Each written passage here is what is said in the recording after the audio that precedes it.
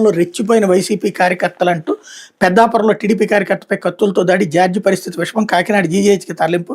కాకినాడ జిల్లా పెద్దాపురంలో వైసీపీ కార్యకర్తలు రెచ్చిపోయారు. టీడీపీ కార్యకర్తకు చెందిన 2.54 ఎకరాల భూమిని నకిలీ పత్రాలు సృష్టించి కొట్టేసేందుకు స్కెచ్ చేశారు. పెద్దాపురానికి చెందిన తోగు జార్జ్ చక్రవర్తి 2010లో పాత పెద్దాపురంలో సర్వే నెంబర్ 234/2లోని 2.54 ఎకరాల భూమిని కట్టమూరుకు చెందిన విశ్వేశ్వరరావు వద్ద కొనుగోలు చేసి వరి సాగు చేస్తున్నారు. అయితే ఆ భూమి తమదంటూ ఓ మహిళతో కొందరు వైసీపీ కార్యకర్తలు కోర్టులో కేసు వేయించారు. కోర్టులో కేసు నడుస్తున్నప్పటికీ జార్జ్ సాగు చేసుకుంటున్నారు.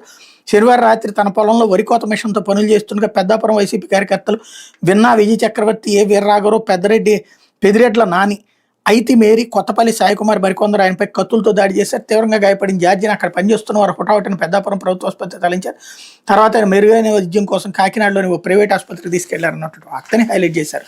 అది వాస్తవంగా రాజకీయ గొడవ ఏమైనా ఉంది, అందులో వ్యక్తిగతమైనటువంటి గొడవ. కాకపోతే వాళ్ళు ఏదో పార్టీలో సింపతైజర్లో లేకపోతే కార్యకర్తలు అయి ఉంటారు. కాబట్టి ఇది పార్టీల గొడవ అన్నటువంటి సృష్టించేటటువంటి అదే తప్పుడు వార్తలు. అదే కనుక వైసీపీ వాళ్ళ మీద దాడి జరిగిందంటే కనుక అది వ్యక్తిగత గొడవ అన్నటువంటి కోణంలో రాసుకొస్తున్నారు.